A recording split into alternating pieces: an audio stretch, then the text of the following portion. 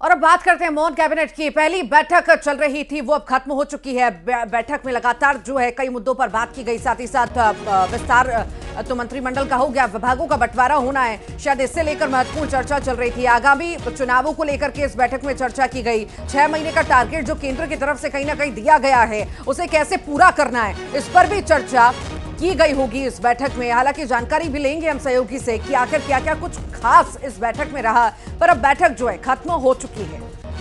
और वैसे भी ऋतु कल ही इस सवाल को उठा चुकी हैं कि शपथ ग्रहण के साथ जो सबसे बड़ी चर्चा होगी वो होगी पोर्टफोलियो। तो जाहिर तौर पर पोर्टफोलियो किसके जिम्मे कौन सा महकमा आता है, ये भी एक बड़ा सवाल है। किसे कौन सी जिम्मेदारी दी जाती है। नए ऊर्जावान मुख्यमंत्री और तजुर्बेकार कैबिनेट दिग्गज आपको उनकी कैबिनेट में नजर आ रहे होंगे।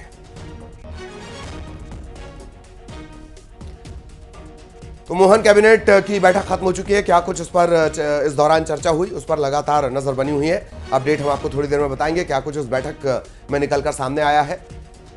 विभागों का बंटवारा अब सबसे बड़ा सवाल, और विभागों के बंटवारा के आगे जो एक्सक्लेमेशन लगा हुआ है, यह कब हटेगा, यही सबसे बड़ा सवाल बना हुआ है। शैलेंद्र भदौरिया भोपाल से हमारे साथ जुड़े हुए हैं।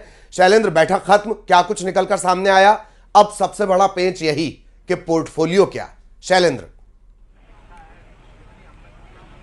बिल्कुल बिल्कुल, आपने ठीक कहा कि किस मंत्री के पास कौन सा विभाग जाएगा, ये सबसे कठिन सवाल है अभी। हालांकि अब से कुछ देर पहले जो बैठक शुरू हुई थी लगभग 11 बजे, वो अब से कुछ देर पहले खत्म हो चुकी है और बैठक के बाद सभी मंत्री एक एक करके निकले हैं, लेकिन किसी भी मंत्री ने किसी तरह की बात नहीं की। हालांकि कैबिनेट मंत्री चेतन कश्यप ने ये जरूर कहा कि विकसित भारत संकल्प यात्रा को लेकर चर्चा हुई है। मध्य प्रदेश में यात्रा फिलहाल है और ऐसे में मंत्रियों की इसमें क्या भूमिका होगी, इसको लेकर चर्चा की गई। इसके साथ ही उन्होंने बताया कि मध्य प्रदेश सरकार की जो योजनाएं हैं उनका किस तरीके से क्रियान्वयन करना है, इस सब को लेकर चर्चा हुई है। हालांकि जब उनसे सवाल ये पूछा गया कि क्या मध्य प्रदेश के जो कैबिनेट मंत्री बनाए गए हैं उनके विभागों को लेकर चर्चा हुई, तो उन्होंने इस बात पर चुप्पी साध ली और साफ तौर पर कहा कि इस तरह की कोई चर्चा नहीं हुई है। लेकिन ये चर्चा का विषय इसलिए है मध्य प्रदेश में कि कल 18 केंद्रीय जो आपकी कैबिनेट मंत्री जो है वो शपथ ले चुके हैं। 6 मंत्री जो है राज्य मंत्री स्वतंत्र प्रभार के तौर पर है और 4 को राज्य मंत्री का शपथ दिलाया गया। तो ऐसे में बहुत आवश्यक हो जाता है, और जिस बात का आपने जिक्र किया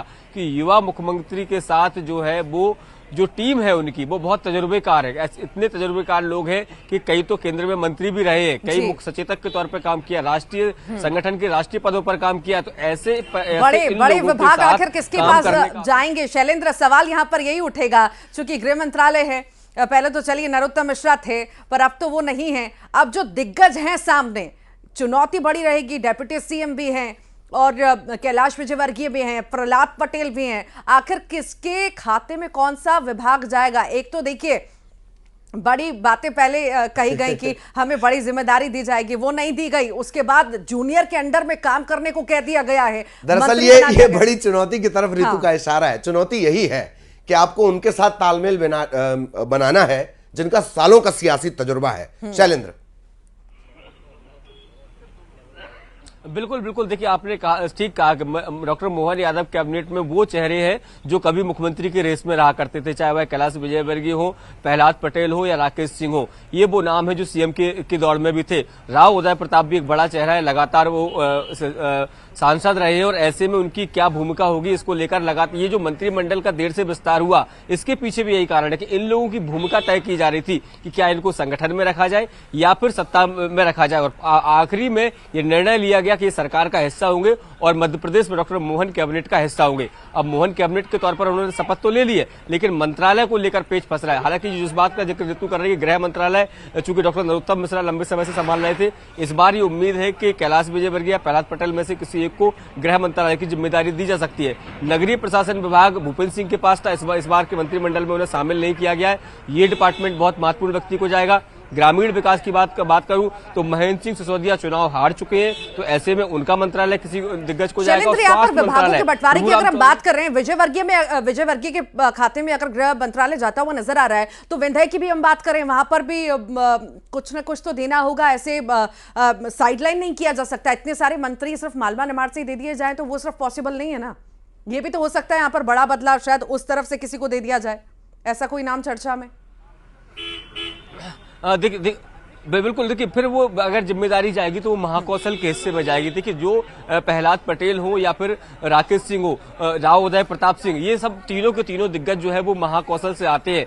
तो यदि अगर कैलाश विजयवर्गीय को गृह मंत्री नहीं बनाया जाता है तो फिर इन तीन दिग्गजों के जो हाथ में गृह मंत्रालय की कमान सौंपी जा सकती है। अब किसके पास सौंपी जाएगी देखना होगा, क्योंकि देखिए बिंद से जो लोग मंत्री बनाए गए हैं वो कैबिनेट में नहीं है, वो बल्कि राज्य मंत्री बनाए गए। तो ऐसे में बिंद की जो उपेक्षा का आरोप लगातार कांग्रेस भी लगाती आई और पहले भी कई बार आरोप लगे। इस बार बिंद में 30 में से 28 सीटें बीजेपी ने जीती। उसके बाद विभागों का बंटवारा, यही है दर्द सारा। हालांकि न्यूज 18 लगातार एक क्वेश्चन मार्क के साथ, एक्सक्लेमेशन के साथ जो नाम दिखा रहा है वही लगभग फाइनल होंगे, यही हमारा ट्रैक रिकॉर्ड रहा है। बहुत बहुत शुक्रिया शैलेंद्र आपका इस तमाम जानकारी के लिए। सहयोगी शैलेंद्र विस्तार से जानकारी दे रहे थे। और अब कैबिनेट की बैठक से पहले क्या कुछ हुआ उस पर चर्चा कर ली जाए। कैबिनेट बैठक से पहले सीएम डॉक्टर मोहन यादव ने पूर्व मुख्यमंत्री शिवराज सिंह चौहान से मुलाकात की। और यह भी माना जा सकता है ललित की इस बैठक में जो है मंत्रिमंडल का विस्तार तो हो गया, विभाग आखिर किसे कौन से दिए जाएं इन पर भी खूब चर्चा हुई होगी। दोनों के बीच कई मुद्दों को लेकर और भी चर्चा हुई होगी।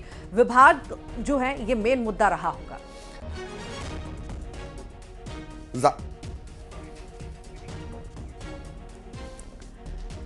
तो सीएम की मुलाकात पूर्व सीएम से बेहद खास इसे माना जा सकता है, क्योंकि अब विभागों का बंटवारा होना है। उससे पहले ये मुलाकात यही संकेत दे रही है कहीं ना कहीं कि विभाग आखिर किसके खाते में कौन सा जा सकता है, इस पर चर्चा हुई होगी।